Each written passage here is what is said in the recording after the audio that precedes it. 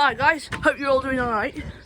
Today, thought I'd do a bit of a video, different video, all about the history of the Land Rover Series 3 and some particular history about this Land Rover Series 3. So let's get into it. It's lovely weather out here today. So the Series 3 was one of the longest running production Land Rovers. It was produced from 1971 up until 1985. So, engine-wise, these were fitted from factory with a 2.25 litre petrol or a 2.25 litre diesel or a 3.5 naturally aspirated Rover V8. I have obviously fitted a 200 TDI. Which is out of a Disco 1, so like reverse disco. And a few people on TikTok have been asking me whereabouts is the turbo. The turbo is right down there, and obviously on a Disco 1 they were low down, and on a Defender they were high up. So I know they sort of on its side a bit, but here we have an example of a Rover 3.5 litre V8. This engine has came out of a Rover SD1. It's naturally aspirated, which means it has no turbo. And these engines were in all sorts of vehicles. Range Rovers, Land Rovers, Rovers SD1s. I think Rover P6s as well, but I'm not too sure about that. Yeah, really good engines, but really bad on fuel as well, which was a problem with these. But yeah, here we have our example of one. We bought this to put into a Fergie. We bought a Fergie and it was just sat in the garden for a bit and thought, we will never do this.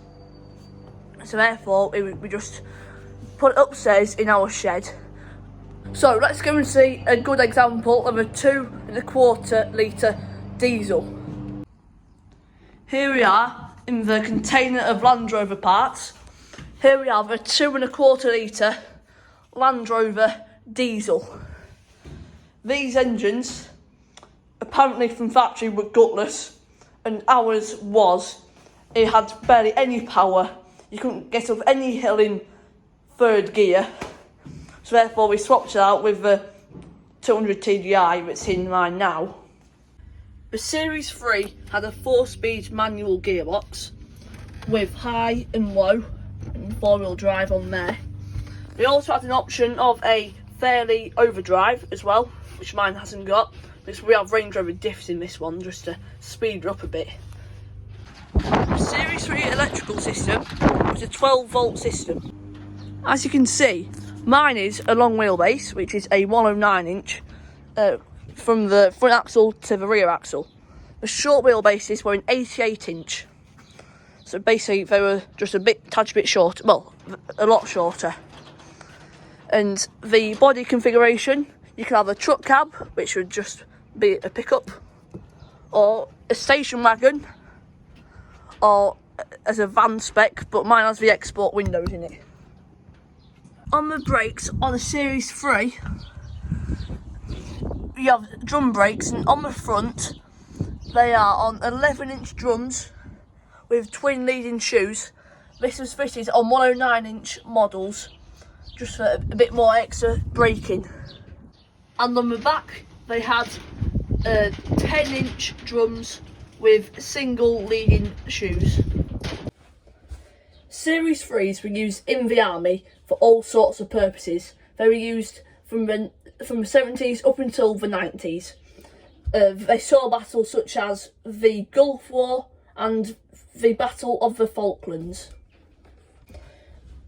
Their services in the war included general service just for transport, FFR, which stands for fit for radio, so they would have all had radios all in the back of them for like contact. They also used them for ambulances, so the Red Cross used them as ambulances with big bodies on the back of them. And then they were also used as gun mounts, so they had massive machine guns in back of them.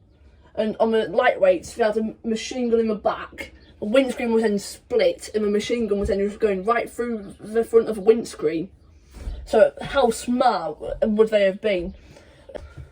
Over 15,000 Series 3s were produced for the British Army and all their uses. So, it's time for some information about this Series 3.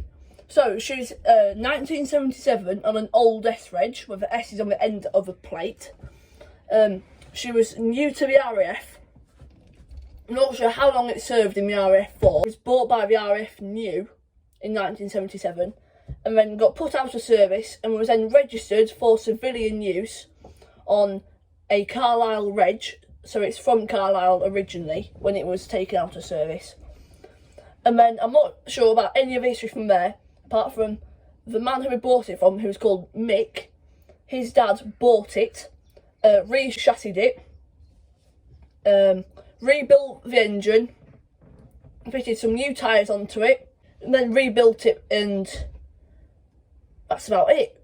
Fitted some new mirrors and have invoices and invoices in a big book of brand new parts, and he spent about, I think it was like 1,200 quid on it, and you know, that's a lot of brand new parts on it. Oh, a new ignition barrel he fitted onto it, new indicator stalk, and yeah, loads and loads of parts.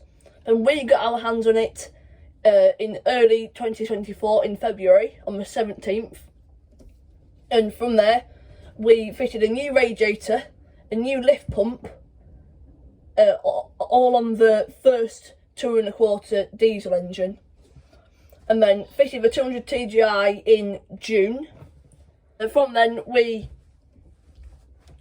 have fitted servo brakes, new tyres into turbos, Spitfire boost gauge, Spitfire starter button, Triumph Spitfire Speedo, just so it's the same ratio as what's on the Range Rover diffs, soundproofing, carpet, full wooden floors, a nice centre cubby box, which will be a video of soon, a Mercedes CLS seats, I think is what they came out of, painted old dashboard, painted doors, wings and the front razor bonnet, fitted a Bluetooth screen, a reversing camera, and we bought like some rubbers from there, Land Rover Live show in Malvern, so all new rubbers all down on there.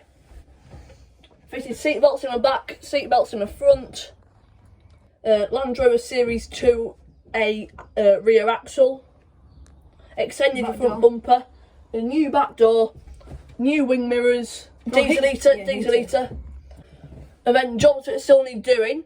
We're going to fit a new steering wheel because this one is just a bit knackered. I'll put some footage in the screen now. It's just full of cracks and it's just not very nice. We're going to fit a wooden floor in the back just so it looks very nice.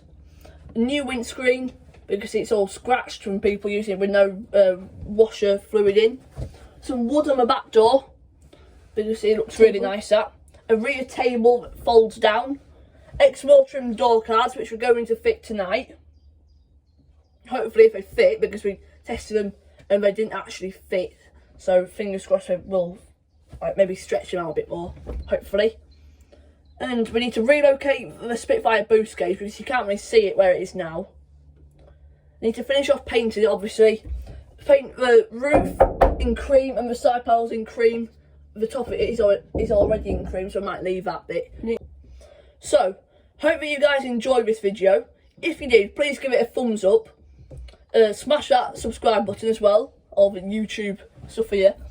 Yeah, it's a bit of a different video really, just more of a sort of Series 3 video. Might keep doing it a bit more if we have any other Land Rovers that come on. Who knows? I fancy one. Yeah, Ben fancies buying one. I might do a video on my dad's Works Defender once that's mended. There will be a new HLRA podcast coming out on the 13th of April. Fingers crossed if Corey can make it and Lucas. Lucas can, but worst case scenario it will just be me and Lucas. So, there's also a video coming about the centre box, about making that, because we're really pleased with how it's turned out. Yorkshire tweed as well. And that's about it, really. There's a big smell of paint in there, eh? Yeah, well, it's stainless oil, isn't it? Yeah. So, hope you need enjoyed to it, like guys. that, no. Yeah. Hope you enjoyed it, and we'll see you later in the next one. Goodbye for now.